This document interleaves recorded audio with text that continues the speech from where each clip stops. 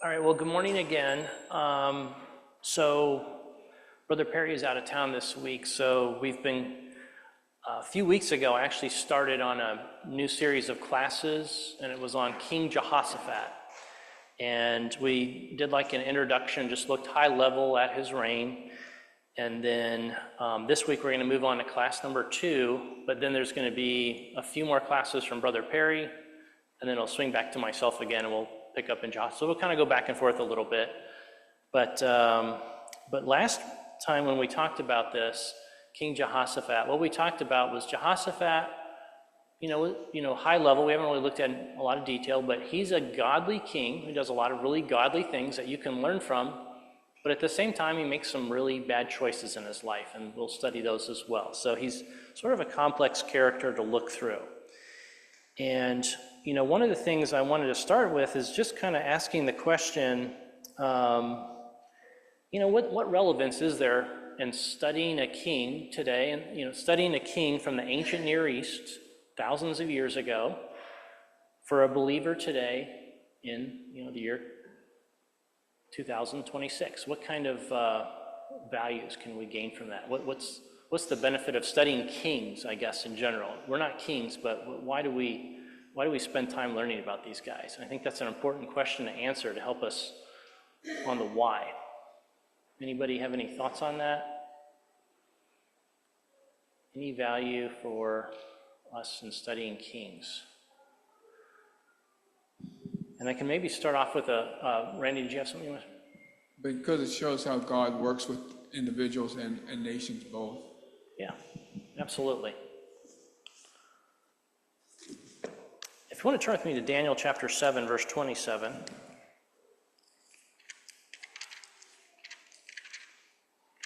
Daniel chapter 7, verse 27. If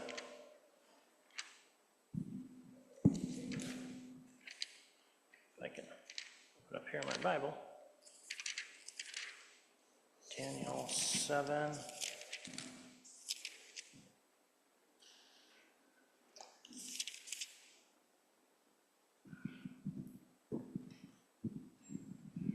In Daniel chapter 7, verse 27, it's kind of getting to the end when, it's talking about the time when Jesus has come back. It talks about in verse 22, the Ancient of Days came and judgment was given for the saints of the Most High. And the time came, and I'm in verse 22, when the saints possessed the kingdom. And then you slide on down to verse 27, it says, and the kingdom and the dominion and the greatness of the kingdom under the whole heaven shall be given to the people of the saints of the Most High, and his kingdom shall be an everlasting kingdom, and all dominions shall serve and obey him. And so when you read about the return of Jesus in the time period when he sets up what we call the millennial age kingdom, there's also this talk about his believers and servants being there with him and serving and reigning with him in that time period. Just one other passage to look at really quick on this is 1 Timothy chapter 2.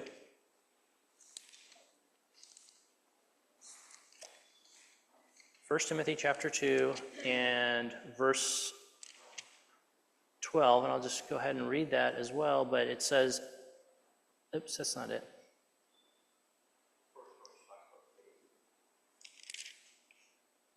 Yeah, I was looking for the passage where it says, if we suffer with him, we shall reign with him.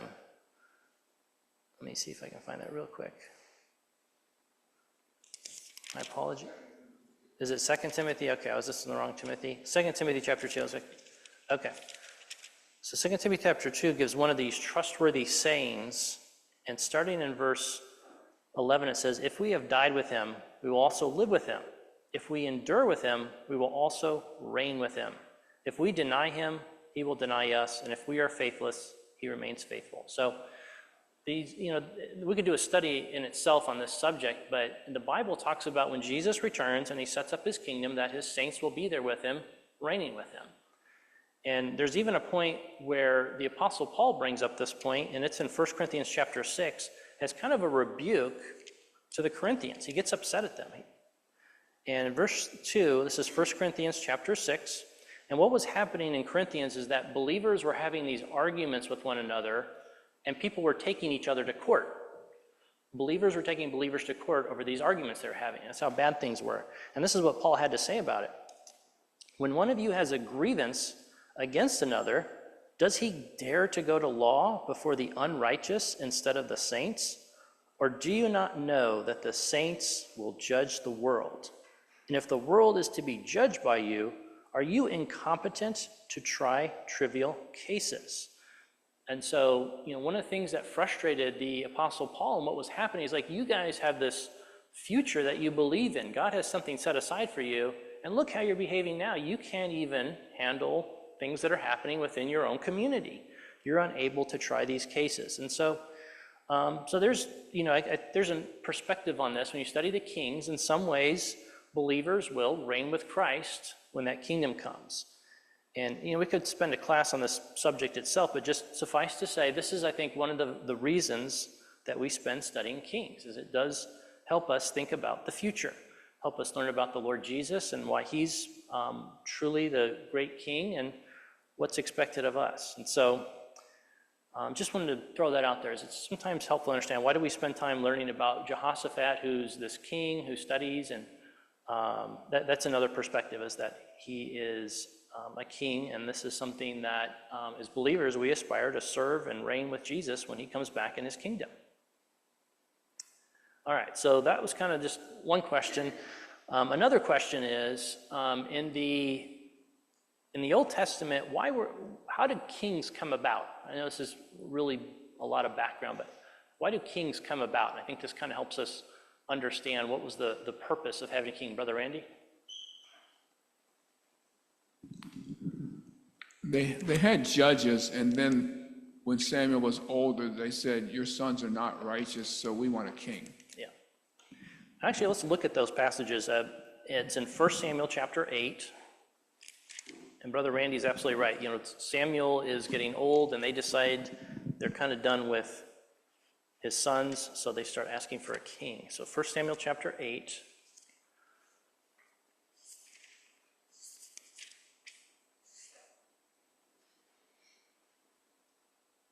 And then verse 5, if someone wants to read maybe verses 4 and 5. 1 Samuel chapter 8, verses 4 and 5. Then all the elders of Israel gathered themselves together and came to Samuel unto Ramah, and said unto him, Behold, thou art old, and thy sons walk not in thy ways. Now make us a king to judge us like all the nations.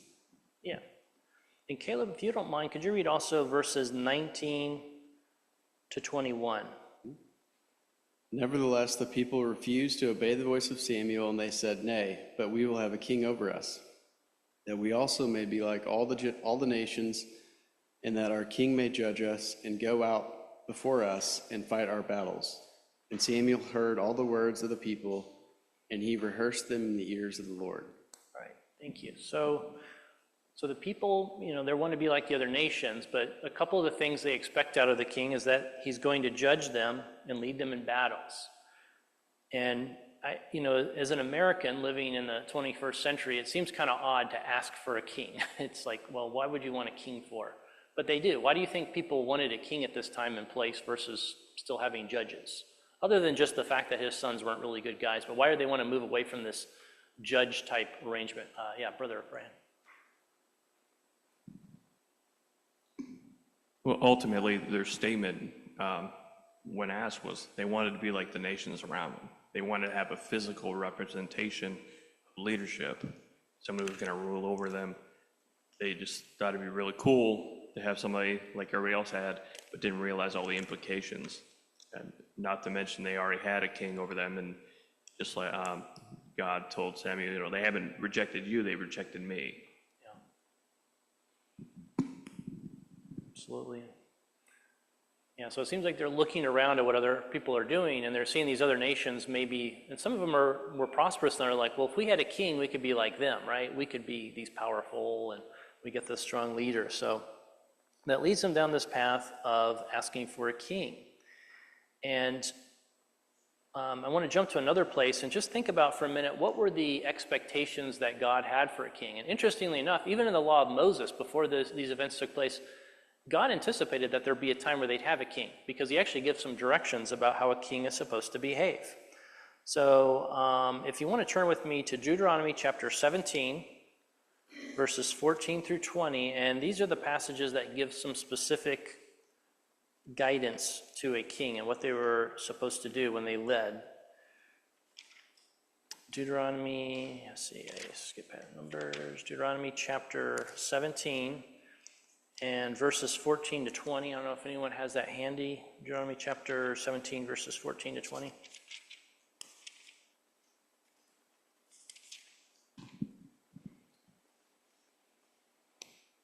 When thou art come into the land which the Lord thy God giveth thee, and shalt possess it, and shalt dwell therein, and shalt say, I will set a king over me, like as all the nations that are about me. Thou shalt in any wise set him king over thee, whom the Lord thy God shall choose. One from among thy brethren shalt thou set king over thee. Thou mayest not set a stranger over thee, which is not thy brother. But he shall not multiply horses to himself, nor cause the people to return to Egypt, to the end that he would multiply horses. Forasmuch as the Lord hath said unto you, ye shall henceforth return no more that way. Neither shall he multiply wives to himself, that his heart turn not away. Neither shall he greatly multiply to himself silver and gold. And it shall be, when he sitteth upon the throne of his kingdom, that he shall write him a copy of this law, and a book of that which is before the priests the Levites. And it shall be with him, and he shall read therein all the days of his life, that he may learn to fear the Lord his God, to keep all the words of this law and these statutes to do them, that his heart be not lifted up above his brethren, and that he turn not aside from the commandment, to the right hand or to the left, to the end that he may prolong his days in his kingdom, he and his children in the midst of Israel. All right, thank you for reading that. But these are the passages in Deuteronomy where we have some guidelines of what's expected of the king of Israel. And, starting really in there's the first part kind of talks about who's going to be set up. It's going to be somebody that God is going to pick. He's very clear it cannot be a foreigner. It has to be someone from their own people. And it starting in verse 18, it starts to give some other guidance. It says, he shall write for himself in a book a copy of the law approved by the Levitical priests. This time and place, why was it so important that somebody write a copy of the law? Yeah. It was verbal, it was spoken, and there was very little permanent record of it. Yeah. So this is a way to keep it from changing. Absolutely. Brother Randy? Also, I can tell you from experience that when you write something down, when you write verses down, they stick in your brain a lot better than if you just hear them.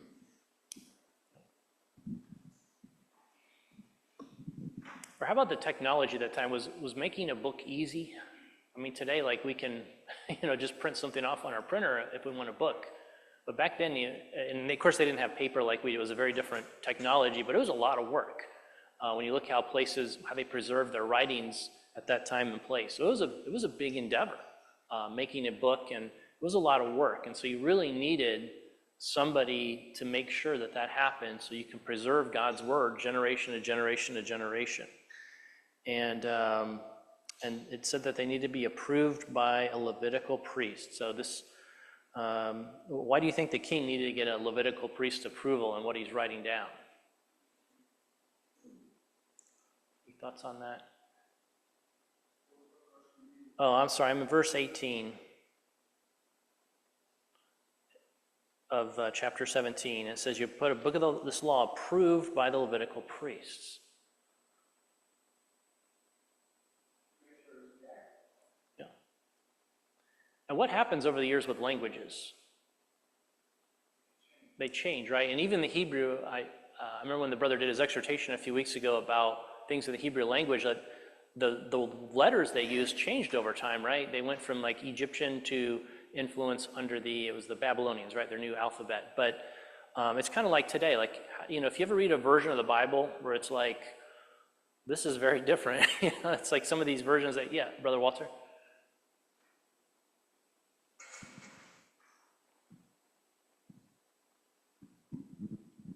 you might remember, I can't remember the verse off the top of my head, but it talks about every dot and tittle of the whole law.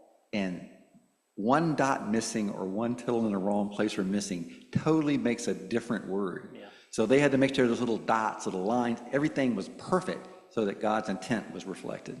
Absolutely.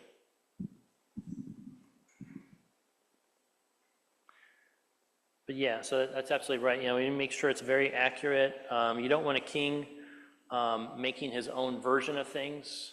I was reading about Thomas Jefferson, and he didn't believe in miracles. So you ever hear about this, the Jefferson Bible? He kind of took all the miracles out, and he left all the, anyway, I just thought that was interesting. It was like, he decided he didn't like this, so he made like his own version of the Bible, but we don't want kings making their own versions. They want to be accurate to what God says, right? And that's why you had the Levitical priests. That was their responsibility. Make sure that it's faithful to what you have there. So when generations inherit this, it's accurate. One more thing. It would be very humbling for you to say, I'm a king. Why should I take the time to write all this down? And it would take time, like you said. And it was really saying, yeah, I'm king, but God's my king. Absolutely. This is kind of a tangent, but what you mentioned about Jefferson's Bible and not took all the miracles out. You know, we see a miracle every day when the sun comes up. We see a miracle when a child is born. But it happens so often that we become accustomed to it and we don't consider it miraculous, but it is. So I did not know that about Jefferson. That's really interesting. But we have to be careful not to customize the scriptures to fit our way of thinking, because God's so much bigger than we are. Some of those early guys they were big humanists, and so they liked some of the message of the Bible, but they didn't really believe in some of the miracles, and so he decided to. But anyway, yeah. So I agree, and I think it's so this is important that these kings preserve this word, because it really is another miracle is that we even have the Bible in front of us today from thousands of years. You think how old the Bible is and how hard it was to preserve, and even for what we have preserved, there's a lot of debate, right? There's all these, you have these different texts that were saved by different church councils over the years, and so there's some of these verses we're discussing, is this really in the Bible? And then you have the Septuagint version from the Jews when they were in Alexandria in Egypt. They came together and they made a Greek version of the Old Testament, right? And there's a lot of debate, like how faithful is that to the, so this is it's a big endeavor. So the king had a responsibility to make sure that the law was preserved generation after generation. And, I don't have the verse handy, but do you all remember when Josiah, that's it. Josiah, remember he found a book of the law like in the temple? Somebody remember that? They were doing some reconstruction in the temple, and then a priest is like, look, I found a book of the law. Well, what does that sort of imply? That the fact that they found this, like it had been missing? Yeah, they weren't doing that, right? They were digging through this temple doing some reconstruction, like, oh wait, here's a book of the law. So that means like people that came before Josiah weren't faithfully keeping this. So this was important. But anyway, the next thing the king was supposed to do, he shall have it with him, and he shall read it all the days of his life, that he may learn to fear the Lord his God by keeping all the words of this law and these statutes and doing them. So again, there's another thing, just for his own personal example, he needed to be faithful as a believer. That was an expectation that God set for a king. And then also it says that his heart may not be lifted up above his brothers. At least that's how my version phrases it. Any thought what that means, that his heart may not be lifted up above his brothers?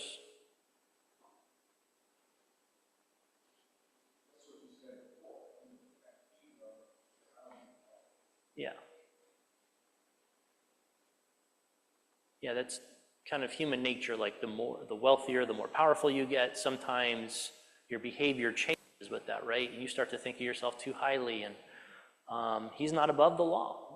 His brothers have to obey it, and so does he. And so that's something he had to remember.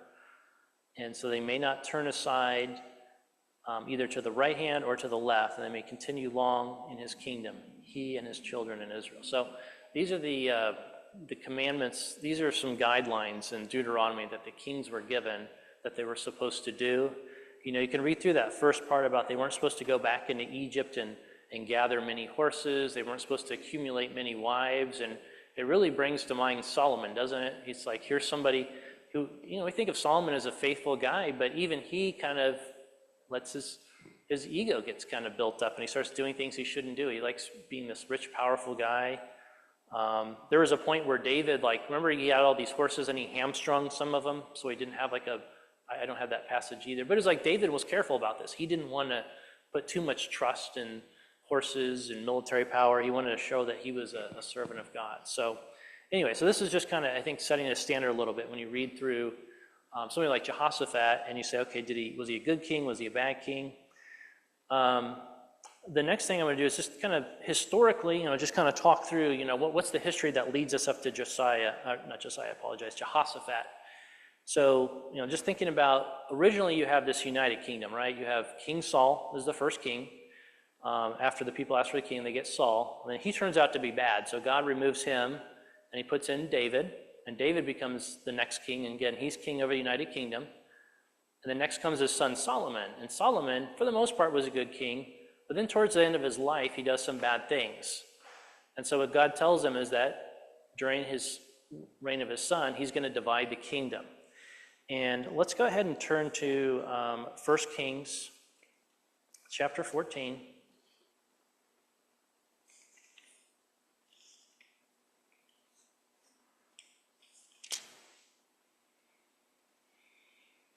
Well, 1 Kings chapter 12 is where this actually takes place. We won't read through the chapters, but we'll just sort of summarize. But you have his son's name is Rehoboam. And Rehoboam, when he was young, he makes some bad choices. The people come up to him, they ask him this, they give him this complaint. They talk about how things were so burdensome under his father, and he takes the advice of the younger men that say, talk tough to these people. Tell them, my father disciplined you with whips, I'll discipline you with scorpions. He's going to be this tough guy, and it ended up backfiring. And so the kingdom was divided in his age. So we'll just follow Judah for a minute. So you have Rehoboam as the first king, and then after him in 1 Kings chapter 15, you have his son. It says, 15 verse 1, now in the 18th year of King Jeroboam, the son of Nebat, Abijam began to reign over Judah. And he only reigned for 3 years. We see that in verse 2. And so he's the second king after the division. And then the third king is a guy by the name of Asa. If you turn to 1 Kings 15 and verse 16. And let me find it. Verse 9, actually. In the 20th year of Jeroboam, king of Israel, Asa began to reign over Judah. And he reigned 41 years in Jerusalem. And we'll swing back and look at Asa in a minute, but Asa turns out to be a fairly godly king, and he reigns a fairly long time, 41 years. And Asa is Jehoshaphat's dad. So when we talk about Jehoshaphat, this is his father. This is who he follows on the heels of. And we'll talk a little bit about that in a minute. On the side of Israel, so what happens is you now have a split kingdom, and things get kind of confusing sometimes when you're reading the Bible, because sometimes the northern kingdom is called Israel, sometimes it's called Shechem, sometimes it's called Samaria, but it's all referring to the same thing. And the reason it has different names is that these different kings sort of reign in different places. And so that makes it a little bit confusing when we're reading. So the king who was responsible for the split, it's in 1 Kings chapter 12, and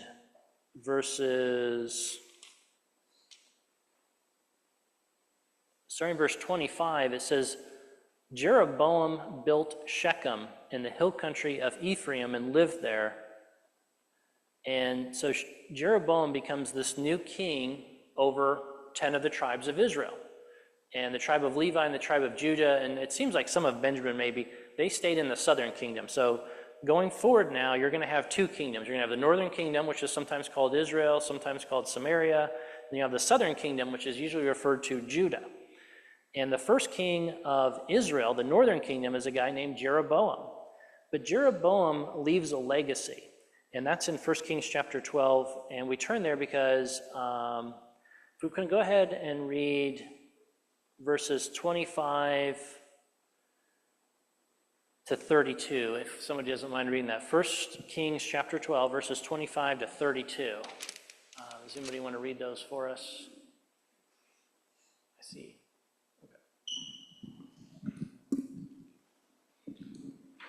Then Jeroboam built Shechem in Mount Ephraim, and dwelt therein, and went out from thence and built Peniel. And Jeroboam said in his heart, Now shall the kingdom return to the house of David. If the people go to do sacrifice in the house of the Lord at Jerusalem, then shall the heart of this people turn again to their Lord, even to Rehoboam king of Judah. And they will kill me, and go again to Rehoboam king of Judah. Whereupon the king took counsel and made 2 calves of gold, and said to them, It's too much for you to go up to Jerusalem. Behold your gods, O Israel, which brought you out of the land of Egypt. And he set the one in Bethel, and the other he put in Dan. And this thing became a sin for the people went to worship before the one, even unto Dan. All right, thank you. So Jeroboam becomes king, and one of the things he does is he starts to get scared. He starts to say, well, wait a minute. Everybody's going to Jerusalem, which is the capital of Judah, every year to worship. Eventually, they're going to start thinking to themselves, why do they need me anymore? If this is the place we worship every year, they keep going back to the capital. So he comes up with this idea. He wants to put an end to this. So what he does is he creates, like we said, these 2 golden calves.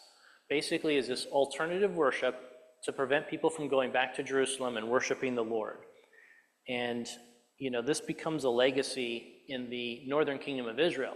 If you look through almost every king, and I didn't validate this, but I think it's almost every king that talks about the sins of Jeroboam. And when it talks about the sins of Jeroboam, this is what we're referring to, these 2 golden calves. And the reason they do this is that they're afraid politically.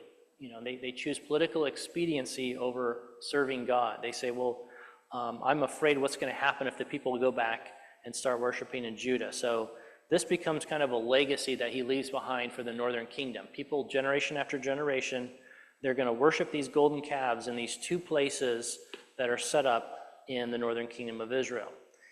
So moving forward, looking at 14 verse 20, you have his son begins to reign. And he has a son whose name is, 14 verse 20 is, in the time of Jeroboam reign was 22 years, and he slept with his fathers, and Nadab, his son, reigned in his place. And so he has a legacy that lasts exactly 1 generation, because what we'll see is that Nadab is actually killed.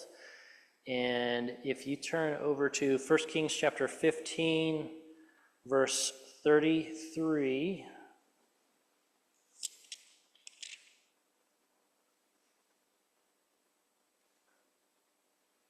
and then it says that in the 3rd year of Asa, king of Judah, Baasha, the son of Ahijah, began to reign over all Israel at Tirzah. And so what happens is, if you read the contents of chapter 15, and we won't for time's sake, but what happens is Baasha actually rebels against this guy, Nadab, and he kills him. And it tells us in verse 26 of chapter 15 that Nadab, he did what was evil in the sight of the Lord, and he walked in the way of his father in the sin which he made Israel to sin. And so God brings in this other guy, Baasha, and he kills him, and he punishes their kingdom for what they did. So this is a big difference between the northern kingdom and the southern kingdom. Because in the southern kingdom, you have 1 lineage the whole time, right? You go from David all the way to, is it Zedekiah the last king? Yeah, Zedekiah, I think, is technically the last king. They're all descendants of David. It's all part of that David's family tree. But the northern kingdom, there's a lot of turmoil.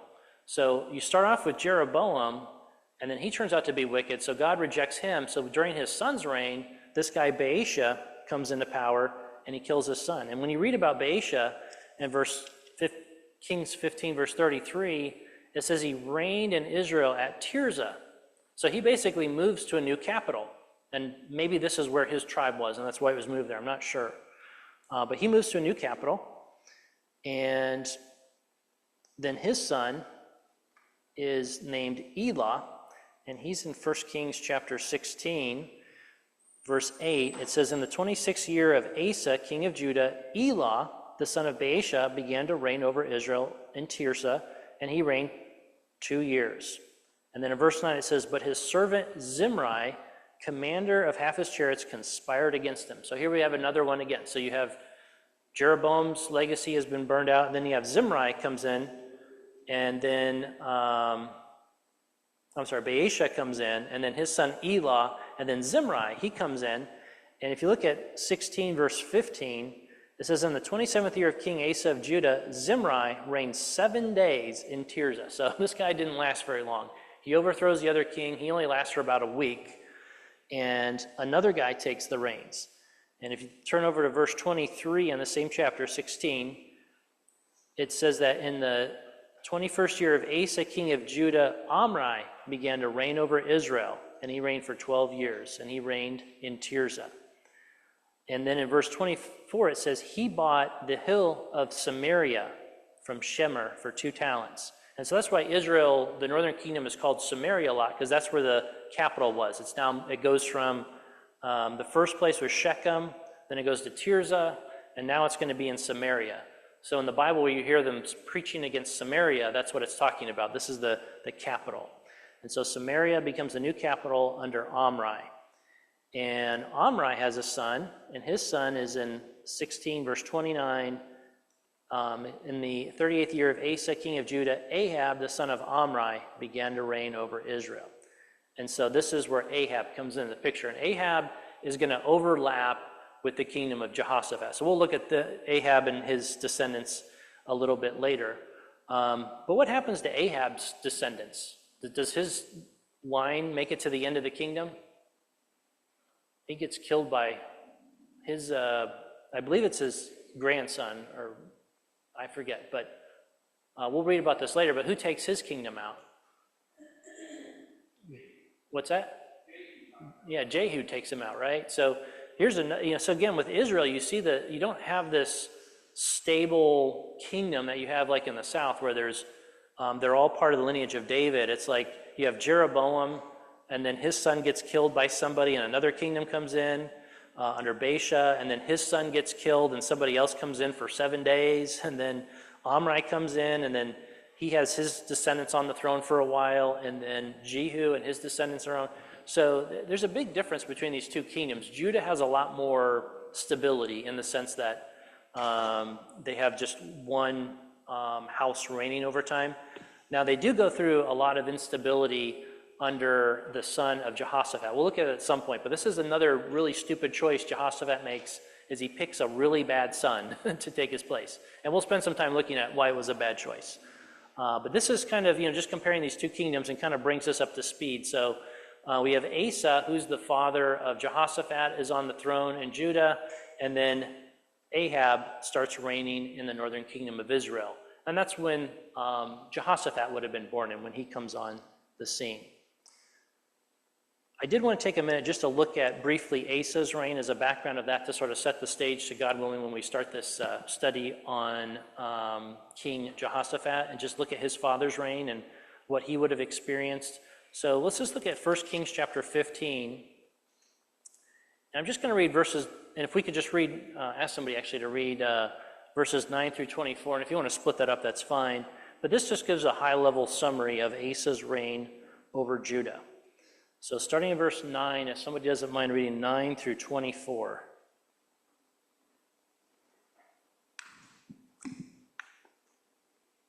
And in the 20th year of Jeroboam king of Israel reigned Asa over Judah. And 41 years reigned he in Jerusalem. And his mother's name was Maacah, the daughter of Abishalom. And Asa did that which was right in the eyes of the Lord, as did David his father. And he took away the Sodomites out of the land, and removed all the idols that his fathers had made. And also Maacah his mother, even her he removed from being queen, because she had made an idol in a grove. And Asa destroyed her idol, and burned it by the brook Kidron. But the high places were not removed. Nevertheless, Asa's heart was perfect with the Lord all his days. And he brought in the things which his father had dedicated, and the things which himself had dedicated, into the house of the Lord, silver and gold and vessels. And there was war between Asa and Baasha king of Israel all their days. And Baasha king of Israel went up against Judah and built Ramah, that he might not suffer any to go out or come in to Asa king of Judah. Then Asa took all the silver and the gold that were left in the treasures of the house of the Lord, and the treasures of the king's house, and delivered them into the hand of his servants. And King Asa sent them to Ben-Hadad, the son of Tabrimmon, the son of Hezion, a king of Syria, that dwelt at Damascus, saying, There is a league between me and thee, and between my father and thy father. Behold, I have sent unto thee a present of silver and gold. Come and break thy league with Baasha, king of Israel, that he may depart from me. So Ben-Hadad hearkened unto King Asa, and sent the captains of the host which he had against the cities of Israel, and smote Ijon and Dan, and Abel-beth-maachah, and all Cinneroth, and all the land of Naphtali. And it came to pass, when Baasha heard thereof, that he left off building of Ramah, and dwelt in Tirzah.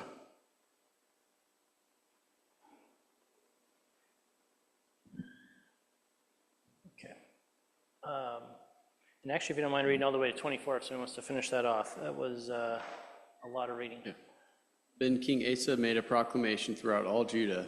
None was exempted, and they took away the stones of Ramah and the timber thereof, wherewith Baasha had builded. The king Asa built with them Geba of Benjamin and Mizpah, and the rest of all the acts of Asa, and all his might, and all that he did, and all the cities which he built.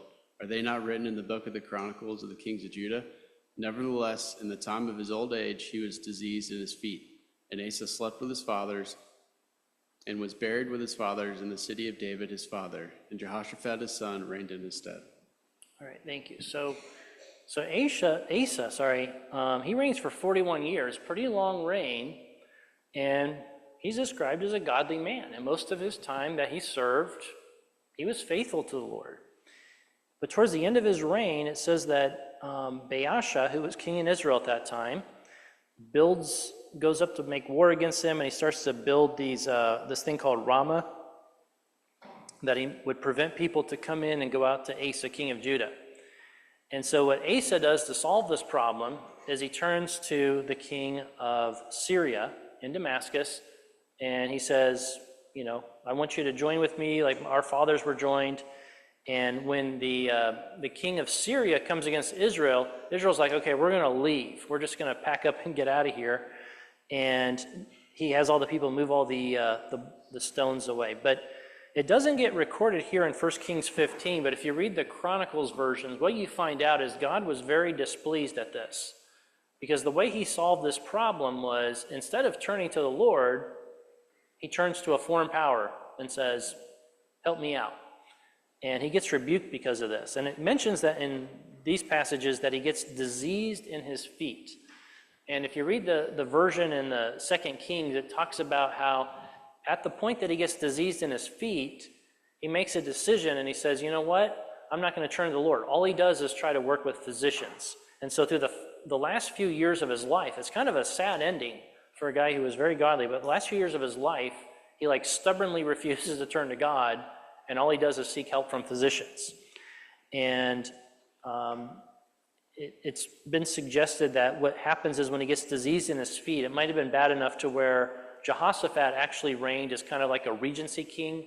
Asa was probably not able to get out and do his normal kingly duties. So Jehoshaphat may have actually been reigning for a little while as kind of a regent. And when you actually get into the reign of Jehoshaphat, we'll look at that later, but it says in the third year of his reign is when he starts to do his reforms. And so a lot of people think the last 3 years of Asa's reign, Jehoshaphat reigned as kind of like the regent.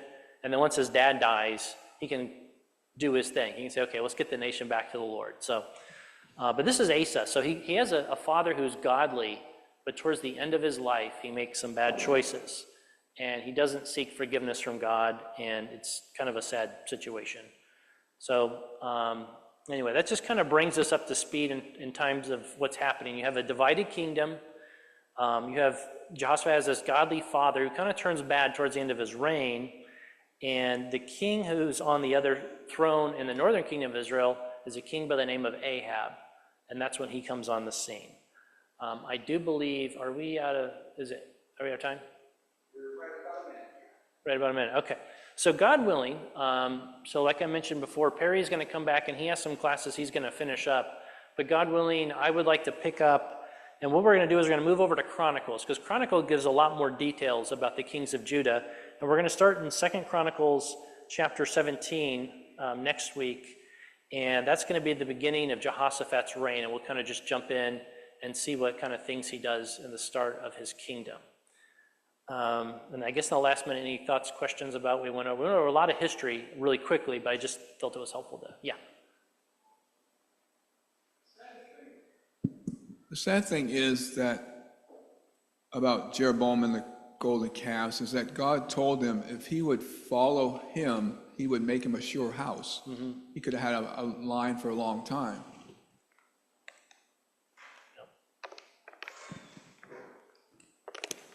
Absolutely. And that seems to be a theme that people kind of trust what they see with their eyes, because that's what happened to Asa, right? He's in desperate situation and he gets, I'll just pay off the king of Syria instead of turning to God, right? So, it's a sad theme. All right, so I hear the bell. I'm going to go ahead and wrap up here.